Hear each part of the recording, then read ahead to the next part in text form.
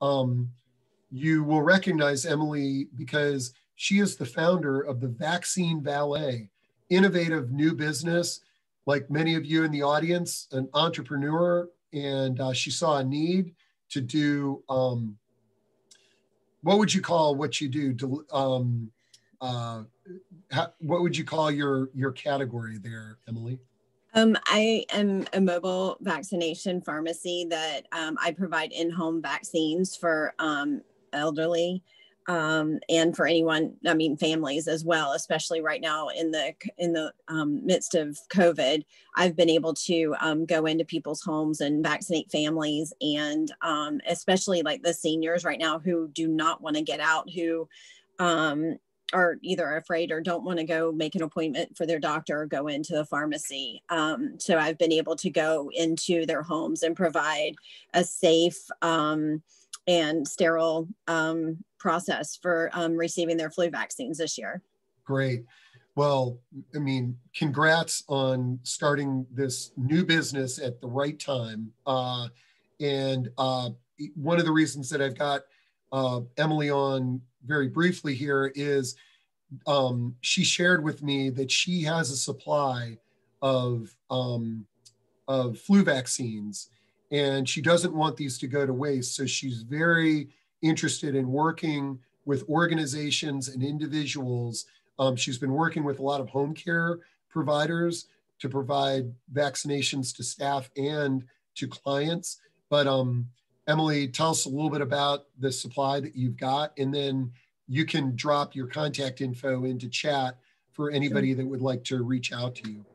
Sure, Steve. Thanks.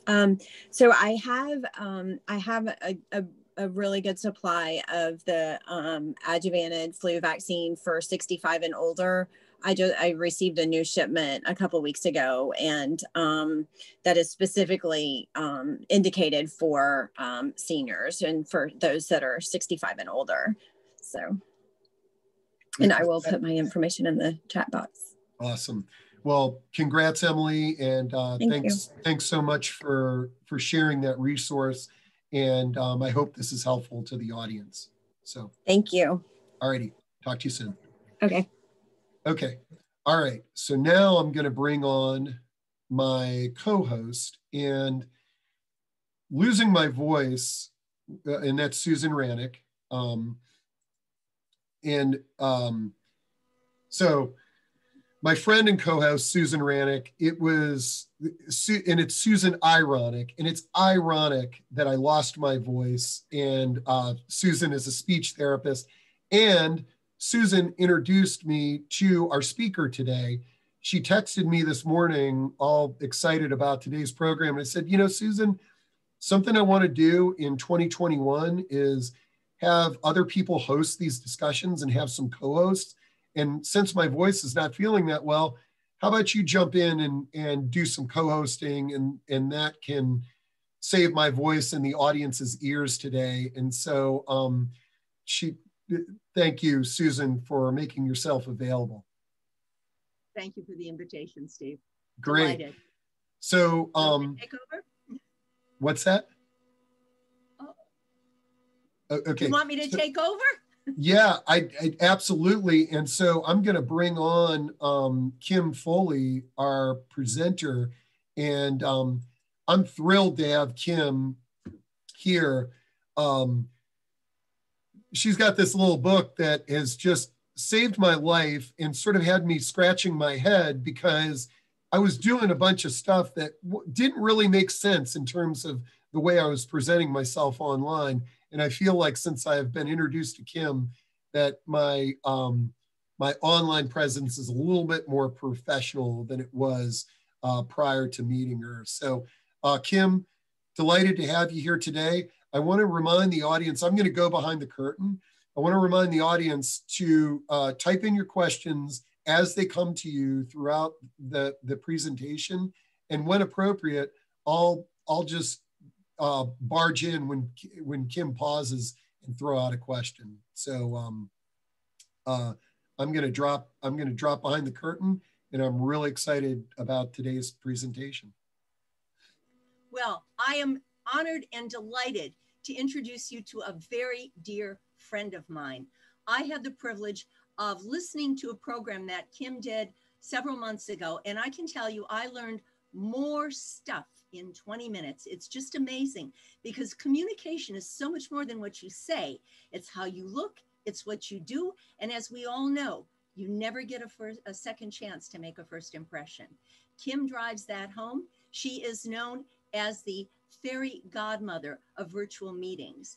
Kim has had an incredible career. She started out as makeup artist to the stars back in the day, had her own product line of over 400 products, a brick and mortar shop down on Connecticut Avenue next to the Tiny Jewel Box, for those of you who know that area.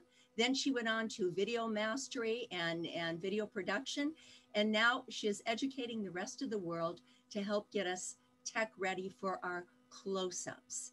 All right. So with that, she's got a book out. I am just, as Steve would say, I'm just so charged up to have you here and delighted to share your talents with everybody. Take it away, Kim.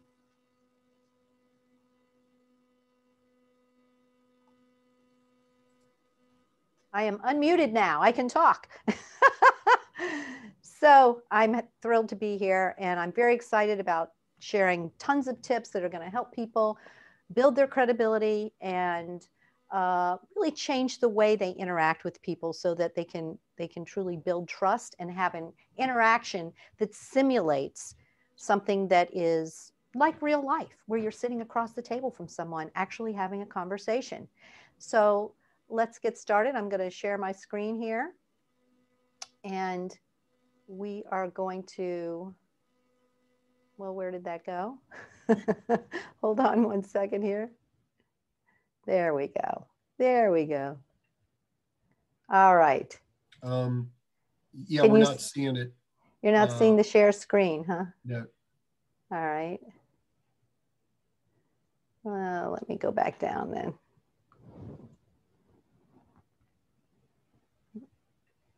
Okay, we're going to try that again. Share screen. Here we go. Click on it. Yeah, there we are. go. There we go. All right. Excellent. Okay. So we've got a lot to cover in a very short amount of time. Normally when I'm doing a consultation, it's a 1-hour consultation with people, and it takes every bit of that and sometimes more to make changes. So I'm going to be moving fast. Feel free to take some notes, and this will be recorded so that you can always go back and watch it again, because we've got a lot of things that we want you to work on so that you can simulate a real life interaction and build trust with your clients. So what do we need to do to get prepared for this?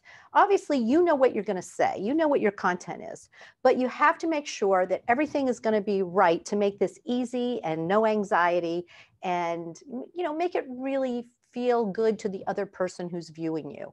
Because we all have something we're informing, we're inspiring, we're selling, we're doing different things on this platform. And we all got thrown into it, and everybody doesn't know everything. You might be getting 2 or 3 things wrong, and we're going to help you fix that today. So the first thing I want you to do is to learn how to maximize your internet connection. Because if you have bad internet connection, you're going to be cutting in and out. People aren't going to hear the audio properly, and it's not going to work for you. So how do you do that? Well, the engineers at Zoom and WebEx have told me all the secrets to maximizing your internet speed. The first thing you want to do is to make sure that whatever device you're using, a tablet, a computer, a phone, that you have closed it down, rebooted it recently, like in the last 24 hours. Shut it completely off so it clears that RAM and gives you lots of internet speed. If you're still having issues with internet speed, I want you to unplug your router. Your router is someplace in your abode. Unplug the power cord for 10 seconds and plug it back in. And that is going to jump that speed up, and 90% of the time, that's going to fix all of your internet issues. And it's very easy to do. I would recommend doing it if you're doing a lot of these streamings. I'd recommend doing it about every 3 weeks. It used to be we only rebooted our router maybe once a year when we were having problems with Netflix or HBO. But now we've got to do it more often because there's a lot more streaming going on. And you're going to love the results of this. It's going to change everything for you. If you're still having problems after doing these 2 things, shutting down your devices regularly and rebooting your router, The third thing, if you do not have good speed, is to look into getting a booster. And that will, I have to do one here. I have a brick wall over here. And even though my router's downstairs, it's not coming up to me because of the bricks. So I needed to get a booster in this room so that I have good internet speed. So there are solutions for you. And I want you to know that you're not just stuck with always having problems with your internet connection. The next thing I want you to do is to make sure that you clean the lens of the camera. Where's the camera? It's that little dot that's right on top of your computer screen. And I want you to make sure that you wipe that clean so that you don't look blurry. Very, very important. It probably has 10,000 fingerprints on it. So you don't need to use Windex. You just need to take a soft cloth and rub it vigorously across that glass, and it'll take all the fingerprints off. The other thing that's important to do so that you can see people well, and this isn't going to help how they see you, but it'll help you see the person better, is to up the brightness of your screen. Just go to your control panel there on your computer and make sure that the brightness is turned way up. I keep it down low so that I don't use a battery up when I'm not plugged in, but when I'm doing any kind of meetings, I always make sure that I plug in my computer so that it doesn't go down in the middle of a meeting. And you know, this is really important to turn up your brightness so that you can see people well, because most people don't know how to light themselves and they're sitting in darkness and you can barely see them. So let's do that to make it easier for you to see. And then of course, plugging into a power source. So many people forget to do that. They think they're all charged up, and then in the middle of something, the computer dies. So that's never any fun. So make sure that you have that nearby. And this is a nice little checklist for you to remember to do. Let's talk a little bit about your lighting, because remember, you can jump in anytime, Steve, if there's questions. If you do not have enough light for this tiny little processor, that's this video camera that's sitting inside your computer, it's not like a DSLR that can work in low light. So it needs a lot of light to make you look great. So give it what it needs, and you're going to love how you look on these platforms. Most people really, really don't like how they look on the platforms. And the reason is because they don't know all the tricks to helping that video camera make them look their best. So make sure that you really light your face. So that's the most important thing. And then the background has to be lit as well. If you don't have any light on the background, it's going to look kind of creepy, like you're sitting in darkness, like a horror film is made, where they darken the background. So I recommend a little light like this, which is a little $7 light from Target called Room Essentials. Comes in all kinds of colors, but it's got a cool front. It's LED. I use one here for my backdrop. And I also have one on either side of my computer shining on me to light me. So it's really important to realize that you don't have to have a ring light. You don't have to spend a lot of money, but you do need to bring in far more light than you're used to having on yourself. And it works fantastic. It just lights you right up. Here's some other ways you can get more light on your face. If you have a pole lamp, you can put one nearby, bounce it off the ceiling. The light will come down and light your background. That pole lamp was, I think, $39 at Home Depot. Table lamps that you have in other parts of your house, you may need to bring some closer to you so you get some light on your face. And you can always consider taking the lampshade off if it's still not bright enough for you. And then the little desk lamp that I just love. I love that desk lamp so much that I bought a case of them, because I like to give them away as gifts, because people don't seem to have what they need. They just can't seem to find the right lighting. And it's critical. Let's talk a little bit about your body language when you're on camera. So as you can tell, I'm standing up. I always love to stand up when I'm talking to a client, doing consultation, maybe a presentation. If I'm talking to friends and family, I sit down and relax. But when I'm actually talking and trying to get people to think about things in a new way, I want to be able to simulate talking to them from like I'm standing right next to them. So if I stand up and make sure that I get that camera eye level, remember, it's not sitting down on the desk, it's up on some boxes so that it's eye level. That's when you can really simulate a face-to-face interaction. And I want you to step back away from that computer so that we can see more of your body, so you can use your body language. Now, we know that when you use your hands when you talk, it changes your voice inflection. So we do this naturally when we talk to friends and family, but then when we get on a serious meeting with someone, we just lock down and stare into the lens, and it doesn't work. So I want you to stand up, separate your feet, get on a hip. Don't be afraid to shift your weight and use your hands so that you can really be emphatic and really show your true personality. The next thing I want you to remember to do is to look into the lens of the camera. If you are doing the talking, you need to look at the lens of the camera, not at the people on the screen, because to them, it looks like you're looking at them. Nobody wants someone to have a conversation with them when they're looking over here or looking over here. They want you to look into their eyes. So remember that tip. And if you want a little hint on how you can remember to do that, take a little bright colored Post-it note and put it behind where that camera lens is so that it's sticking up. And that colorful little note is going to remind you where to look, because it's very easy to forget. We are hardwired as humans to look at the human face. And so we always want to look at the screen. So make sure when you're talking, look into the lens of the camera. Make sure your posture is straight up and down. You don't want to be leaning forward because the wide angle lens will distort the face and make it look very large. And you don't want to be leaning back in a chair like this. You want to make sure that your shoulders and your hips are aligned up and down, even if you're sitting.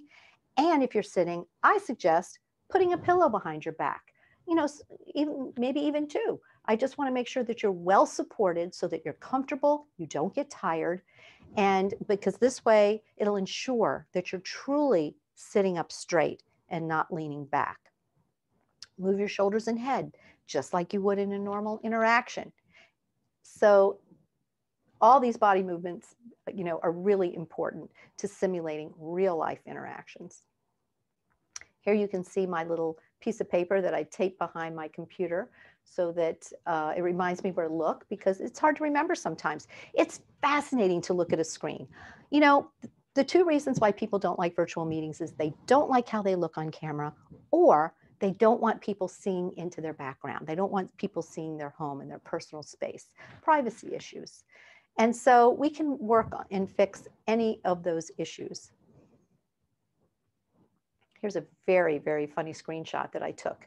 And this is a screenshot of people who were representatives in a town, and they were having a town hall meeting. And we can see that all these interactions look pretty typical, except most of them are wrong. We've got people having virtual backgrounds that have things coming out of their head. People are backlit, meaning there's more light behind them than in front of them. And so we have ceilings in the background. We should never see a ceiling in the background. That means that your computer is not up at eye level, and a lot of extra headroom. So there's lots of issues that people can do to make themselves look better on camera.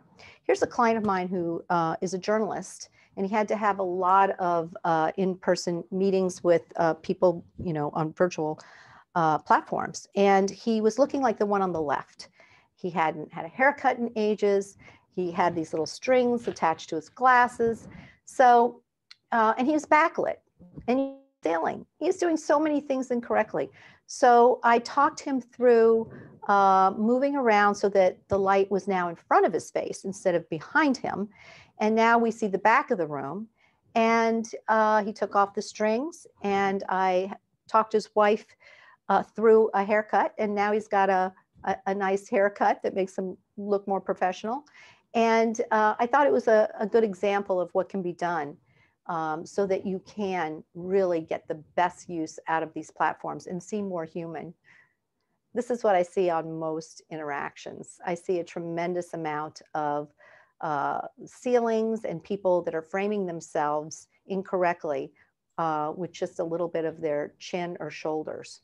We want to make sure that we show the entire body waist up. Now, I hate this slide because I wanted to simulate how important fixing your hair and makeup are, because you can see that I have no makeup on the left side, and we'll get this slide off pretty quickly here. But when you put the minimal work in, just the minimal effort, a bright color to separate me from the beige background, and opening up the frame so that you fill the frame. You don't want tons of headroom. You want to take up that frame. Hey, Kim. Yes. back to your client, Carolyn Kukerman asks, how do you control the glare on your eyeglasses? Oh, that's such a great question. And I'm going to get to that in a minute because I have a slide about it and I'm going to show people. So that is an excellent question. Do you have other questions? No, that's it. I think because he was wearing glasses, I think yes, it brought there is a trick. There is a trick for that. There is a trick for that. So we're going to get into that, right now, because we're going to talk about the importance of clothing, accessories, makeup, and grooming. Okay, so whether you're a man or a woman, we need to think about our grooming. We want to make sure we get all the ear hairs off so they don't reflect the light. We want to make sure that if we haven't shaved, we want to make sure we've shaved and we look nice and fresh and that we haven't got a hangover or we haven't bothered with ourselves for months on end. And so I would say, let's talk a little bit about the psychology of color, because it turns out the brain lights up when we see color.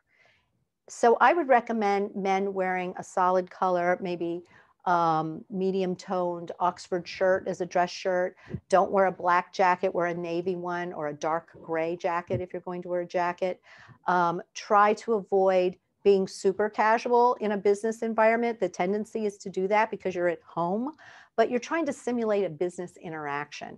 So you might be a little more casual than you would be in an actual interaction, but I would say don't do that. I dress just as I would if I was going in to meet someone in person every single day. And so you can do it too. We are, after all, working. So think about your wardrobe and think about not going to black or white, because black reduces the light and reflectivity and white reflects. So wearing white underneath a jacket will work, but you don't want to wear a white jacket. You don't want to wear a white blouse or a white sweater. And for men, if you could wear a blue or pastel color, green, pink, violet shirt underneath your jacket, that would look a lot better than white. But so these are the same tips as a television stylist that I do for all my journalists. And I've worked with many, many politicians at a very high level. And these are the same tips that we give them when they're on camera. Accessories should not be shiny and reflective. If you wear makeup and you're a woman and you like wearing makeup, you probably need to go a little heavier than it looks right in the mirror, because you don't look in the mirror the way you look to the video camera on these virtual meetings. So you don't seem to have as much color. So I wear a brighter lipstick and more blush for virtual meetings than I would if I was having a real life meeting, because I'm doing it for how the video camera sees me, not for what I see in the mirror. Very important. Any questions on this? Now we're getting to the glasses. So glasses are part of your accessories, and I wear glasses, I wear progressives, and I will give you the biggest tip for making sure that we can have great eye contact on these virtual meetings. So you can see on the left, there's reflection on the glasses, but there isn't on the one in the right. And how do you do that? Normally when we put glasses on, we're resting this arm right here onto our ear. What I want you to do instead is to angle this up, angle it up so that this is tilted out, this is tilted forward. They're still pushed all the way up, but this part here is about an inch above my ear. It feels weird, but it looks fine. It looks absolutely fine, and it doesn't change how I see through the lens. And this will cut all the glare. So it's a really great trick. It's what we use for everyone on camera, and it'll work for you. So even though it feels odd, you can still see fine, and people will really appreciate looking into your eyes. And it's a really important element to building trust and credibility when you're meeting with people. Here's some pictures of people I've redone and helped them. The woman you see on the left and the right is the same person, but the one on the left looks way too casual and younger and does not instill that she has an expertise. The one on the right, we did very little makeup on her, but just changed her hair and her wardrobe slightly, and what a difference it makes. The same with this client. She was a management level person in a large government agency. an agency you know very well. And you can see that she wasn't exuding the expertise that she was worthy of. So by putting her in jacket, simple non-reflective jewelry, and literally the tiniest amount of makeup, and just pulled her hair forward, didn't even have to style her hair in any way. We took it out of the ponytail, and she looks like a completely different person. And the same with this person. So she had a problem with alopecia, and she wore wigs. And so we changed this old-fashioned dark wig to something a little lighter and softer for her, put her in a color and a tiny bit of powder to take off the shine, and some lipstick. And what a difference this made. Just truly just made her whole image come alive. It's important to know that if you're giving your face the amount of light that you need to be giving it to brighten you up on the screen, your face is going to look shiny. So you may need to get some powder to put on your face to make sure that it's not shiny, because when people have shiny skin on video, people tend to think they're either very nervous or that they might be lying. So it's very, very important to not have shine to your skin. And it's a very easy fix for men or women. As a matter of fact, in my book, I talk about this particular product, which is a blotting powder that I use for men and women. And I use it on sports figures and presidents and, you know, all kinds of people. And it's clear. It doesn't show up on the face. It's got no pigment. And so it's less of a makeup product, more of a what we call blotting powder. Okay, there we go. Who's got some questions? Here. Okay. Susan Garvey says, what about false eyelashes and black liner? Okay, well, if you're comfortable with that and you want to do it, that's fine. I don't personally wear any mascara or wear any false eyelashes because I don't want to bother with it. What I do wear, though, is some eyeliner to define the eye. So I think that you have to play around and try a few things and see what works for you. But I really would hate to see for you to go to all the work of doing something that's not necessary, because it doesn't read the detail that your eye would see in person. So some eyeliner to define the eye would probably be sufficient. Nobody can really see your lashes in this medium. These cameras are not that good. And then Joyce Plaxton says, will you send a video of this session? I came in late. Yes, we're recording everything. So we'll be following up with everybody who's registered with a link to that. Okay, so I want to talk a little bit about etiquette. And I put a chapter in my book in that about etiquette on virtual meetings. So when you're on a virtual meeting, whether you are a participant or the person presenting, it's really important that you adhere to protocol and etiquette that you would do if you were in a real meeting. And people don't seem to get that. No one gave them a list of rules of what's acceptable and what isn't. And it turns out that it's very distracting. If you're getting up and down when you're attending some sort of presentation, it's distracting to other people if they can see you on the screen. So turn your video off. If you need to get up to address a child, a pet, somebody at the door, anything you need to be doing, turn your video up and then get off. Do not spend time on your phone when you are attending as a participant. Turn the phone, of course, to mute so people can't hear it ring, but also don't, unless there's something urgent, somebody's having a baby or somebody's ill and you need to tend to them, do not work with your phone. Be attentive. It's very rude not to be. And do not eat or drink in these meetings. If you're in a particularly long meeting, I'm not talking about friends and family. I'm talking about a professional interaction. You don't need to be sipping on the latte the whole time. You wouldn't be doing it if you were meeting with them in person. So drink before and drink after, but during a professional meeting, avoid, if possible, eating and drinking. There's exceptions to every rule. You have low blood sugar or you're dehydrated, whatever, but you get the idea. Any other questions, Steve? I think we're good. I think we're good right now. Good, good, good. Well, time management is very important as well when you're working on these platforms, because it's kind of a time suck. It can just, you get all hooked into something, and before you know it, 3 hours later, you've gone through 2 or 3 meetings and you don't have any time to tend to other things. So I think it's really important, if you have a team of employees that you're managing, for you to ask them to build in 20 minutes here and there into their calendar where they're not having meetings. It's just blocked off, and they have to get up, walk around, unhook from the computer, and do something else, whether it's tend to a personal matter or just go outside and take a walk around the house and come back in. It's really important psychologically to take a break from the platform. And so I address some tips of that in the book as well, because I think we forget that we're working much harder by being locked down into this platform all day long, trying to interact with people and help them solve their problems.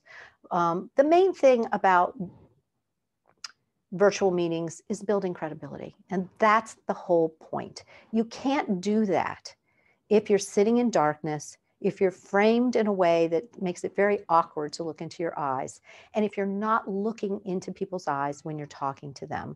So getting all of these things right isn't hard to do. And once you do it once, you can repeat it over and over again, and it becomes so comfortable. You don't have to worry about, is everything set up? How am I going to look? You've got a checklist, you know what you've got to do. You know that you've got great internet connection, you're well lit, you're well framed, you know what to wear. Always err on the side of being more dressed up than not dressed up. It makes you look like the expert. And call Kim Foley if you have any questions. Kim, I have a question. Sure. How can we get your book? The book's on Amazon, and it can be either an ebook or a actual paperback here. And the good thing about the paperback is it's got lots of images in it. So it really does illustrate all the things I'm talking about, so that you can learn about, well, what's too much headroom? And, do I need a webcam? Do I need a green screen?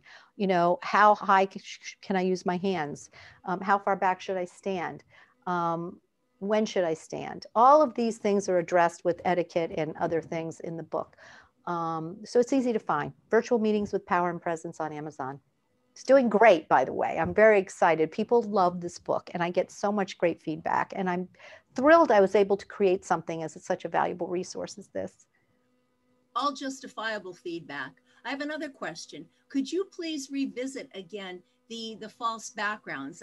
I'm getting a little weary of looking at the Golden Gate Bridge and seeing people's body parts disappear. Would you mind speaking to that? Yes. Okay. So let's talk a little bit about virtual backgrounds. Are they a good idea in general? No. If you have an office that requires you do it because you have other people moving around and working behind you, or you have a space that you don't want other people to see, then you may need to consider it. But if you are going to use a virtual background, let's do something that looks like you're in a work environment. Let's do something that looks like you're sitting in a lovely office, or in even a home office, or a home business, or even a lobby. And all these pictures are available for you to purchase online. And you must use a green screen, because if you're not using a green screen behind you, you're going to bleed out on the edges. When you turn your head and you move around, you're going to have all this kind of weird wavy stuff go around. Right, there you are with your green screen, Steve. Yes. So I got Steve to start using his green screen, and he's very happy about it. Yeah. So when I met Kim, as you guys know, I used to have this background with a big logo on it and stuff like that. And she was like, Steve, that's a little bit too much, and it's not natural. And also, I didn't like how when I moved my head, you would see sort of this shadow. And so the reason I have to use this is I don't have somebody now, but I usually have somebody working behind me. And, the kids will sometimes walk in. But this is a great green screen that I just got on Amazon. It folds up like this, but I can just attach it to my chair when I'm having a meeting. And then I have a variety of different sort of backgrounds that I've sort of selected to sort of add variety. Yeah. But I agree, having something that looks like you're in Yeah. an office environment is a good suggestion. It is a really good idea. And, you know, we don't need to oversell and use logos and all of that. People know why they're having an interaction with you. They know how to reach you. And I occasionally will do fun, silly virtual backgrounds when I'm with friends and family, just as a joke. But for professional use, I would never put, you know, the woods or the Golden Gate Bridge or at the beach. I would never, ever do that. That is not a professional way to do business. And I know it's fun, but save it for friends and family, and try some professional backgrounds, and make sure that you are using an actual green screen behind you so that the computer can process this properly and make it look more professional. I work with a lot of speakers and a lot of people who have to go on CNN or Today Show, and they sometimes need to hide things in the background. And so, you know, doing this well is really important. It doesn't have to be hard. It doesn't have to be expensive, but you have to know the tricks to lighting them and how to do this right. Good question, Kim, Susan. we got Elizabeth Yo says, how early should you log into a virtual meeting? I would log in a minimum of 5 minutes prior. If you're the speaker, you want to log in 10 or 15 minutes. If you're doing a one-on-one consultation with somebody, I would say 5 minutes beforehand, and make sure that you're really familiar with your particular platform. I have to be on so many different platforms because each one of my clients is using a different platform. And so it's tricky. I'm always trying to remember, okay, with this one I do this and this one I do that. And so it's good to make sure that you've checked your headroom, that you're up straight, your audio is, you know, if you go into Zoom, for instance, and you go into the little camera icon down at the bottom, there's a little arrow that sticks up. And I want you to hit on that arrow right now, and it will open up video settings. And when you open your video settings, I want to make sure that the box is checked that says HD camera is on. Check that box. That's going to make you look better. Okay, so make sure that the HD camera box is checked under video settings. Very easy to find. If you go down 3 or 4 more lines, you'll see something that says enhance my appearance. Check that box too, and that'll take 10 years off. So I really love that button, and it does make people look better. But do not be tempted to slide that little slider it gives you to make it, to change it. Don't be tempted to slide that, because that's just going to make you look blurry. So leave it at the default setting, but enhance my appearance. I'm all for it. What button was that again? So if you go down where it says stop video at the bottom of, you know, how you've got all your settings. Oh yeah, okay. And there's a little arrow. Click on that arrow. It will open up what's called video settings. And the HD UVC webcam, make sure that's checked, right? Yes. Okay, where's the one that says take 10 years off? Just go down. Just go down. It'll say enhance my appearance. Just slide down a little bit and you'll see it. It's in there. It might be under advanced settings. I mean, for everybody's setup is a little bit different depending on which version they're working with. Mm-hmm. But I tell you, I look completely different when I have that checked and when I don't. So I think we need all the help we can get. And WebEx doesn't have that button. So I always prefer to do my meetings on Zoom, where I can, you know, make sure I look my absolute best. Great. Woo, boy, there's the breaking voice again. But all right, folks, I just want to sort of, we'll be wrapping up here. Whenever I say that we're wrapping up, that always sort of provokes a question or a comment. Please give me some questions. Yeah. I want to make sure everybody listening is going to look great in their next meeting. No, these tips, and one of I really think the ceiling tip, it blew me away, because I never realized how many people have their ceiling visible when they're in a Zoom meeting. It's some people have ceiling fans from your chin. Yeah. And I had mine too. And now when I tune into a meeting, it's just these little tips that you provide that really do make a big difference. And since this is a tool that's not going anywhere, guys, this has been very informative and helpful. Well, I would like to say, I'd like everybody to write my email down. It's kimfoley@kimfoley.com in case they have any questions. I'm typing it into chat. And I know you work with corporations, Yes. industry, government, Yes. personalities, well-known personalities that probably would not like us to know that you're working with them. That is But correct. You will work with the rest of us, right? Oh yeah, oh yeah, oh yeah, absolutely. I can work individually or help train your teams or do a webinar for your group or work with them individually. It's an important service. I'm thrilled that I was able to pivot from video production into realizing, wow, people really don't know what they don't know, and I need to help them.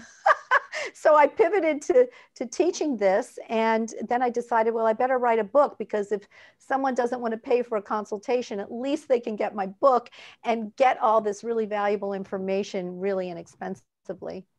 But we've got so much in the last few minutes, the 20, 30 minutes, and you've taped it, Steve, so everybody's going to have access to it. Yep. It's fantastic. And Ken Silverstein has a question, and it's any suggestions for those of us who perhaps lack hair on their heads.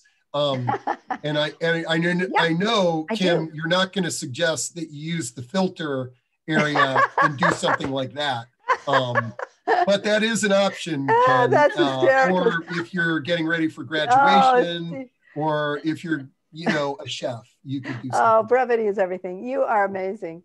That is correct. I'll tell you the problems when people do have a smooth hairline. And I work with a lot of sports figures that shave their head, like Rick Doc Walker and Brian Mitchell, the Redskins, lots and lots of sports people contact me. And one of the things that you have to be careful of is if you have recessed lights and they're right over your head where you happen to be zooming, you're going to have a big reflection right here on top. So you want to make sure that you move to another location, or that you can put some wax paper, tape it up over that light to diffuse the light so you don't have that reflection. The other thing you want to do is you want to get this powder, and this powder is, you can't buy it in the stores, although MAC does make a blotting powder, but the one I use, I get from a guy in Olney that services all the makeup stylists locally, and you can contact me, and I can, it's in my book too, I can give you the email address for getting the powder. It's for men and women, and it's not visible. It just gets rid of the shine. It's really important. But if you have a really big light shining right here, that's a lighting issue, not a powder issue. So I would recommend making sure that you have a lot of light going this way, not coming down from above. And, one of the things that I've realized since I've been doing these since March is there's the look, okay, and your visual, but then there's how you speak and how you talk, which is Susan's area of expertise. And so, Susan, I think we should do a follow-up to this one on thinking about our diction and how we choose our words and things of that nature, because when you combine the visual and the verbal, now you're a very powerful speaker. Yes, absolutely. Absolutely. Yes. And the body language. It's interesting that you said that the timing was perfect, because I just wanted to commend Kim. For those who are bald, you're no longer bald, you have a smooth hairline. I love it. I like that smooth hairline. Change your words, change your world. Kim does the visual imaging, I do the verbal imaging. We're going to do a song and dance act, aren't we, Kim? We should. We've got to, because then we can bring it all to people, It's so critical. If we can't get in front of people, the next best thing is this medium, and we can make it so powerful. What people forget is that they're in control of how they're being perceived.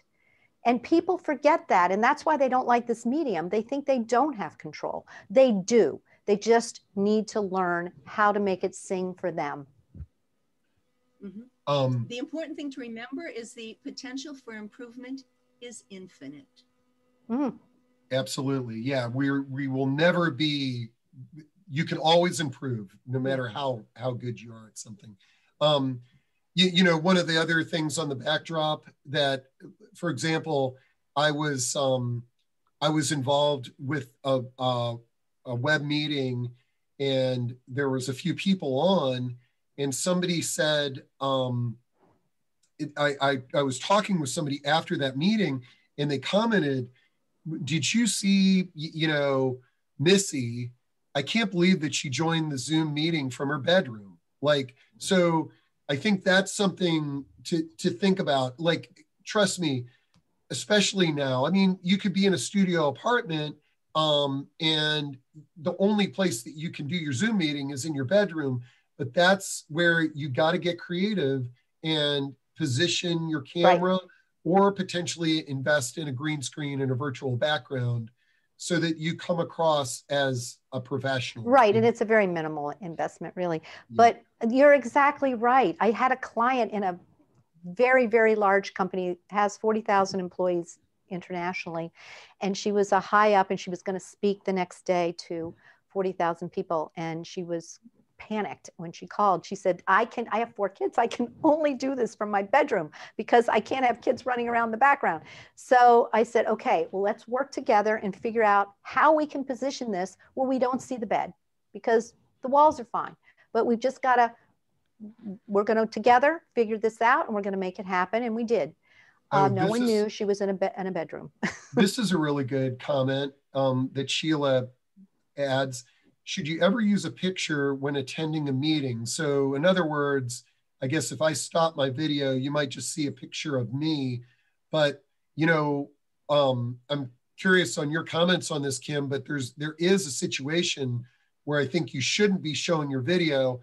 And that's when you're participating in a meeting from your car. Like if you're joining a meeting and you're in your car, that's a good opportunity to just say, hey guys, I'm just on audio because I'm in my car. I agree. No, because I found absolutely that to be rather distracting. Yes. Yeah, that if it happens, yeah. I mean, if you're in control of choosing when it is, then you've got control over how you're going to make sure how you look. But if you've got to attend something and you are in your car, I agree. Just put your picture on. It's really inappropriate if everybody's got their video on for you not to have yours on too, but that is an exceptional situation. And I agree, it would be better for you not to be in your car. You're going to be poorly lit. It's going to look like you weren't prepared, that you're not really ready, that it's just not a good message. And so you have to remember that everything people see on the screen, what's in the background, what you're wearing, how you're groomed, how you interact on the camera, how you move, all of it tells a story. And we want to make sure that it makes you look like the expert that you are. Very well said. Well, I'll be following up with everybody with a recording and with the chat transcript and Kim's contact info. Susan, what's going on in your world? How are your Thursdays at 3 going? Thursdays at 3 we're going into week 33. Our virtual hug, focusing on the positive and on being better versions of ourselves personally and professionally. Tune in, join us. I know everybody's busy. Come when you can, leave when you have to. Awesome. Well, thanks everybody. And thank you, Kim. I'm really excited to see how this sort of changes our little community here. I know you've really helped me personally. Oh, thank you, Steve, so much. It's a pleasure. It's a pleasure being here. And me. And I thank you, Steve, for inviting me. And I thank you, Kim, for being you and for all you do. Thank you, everybody. Great. All right. Thanks a lot. Bye. Bye-bye.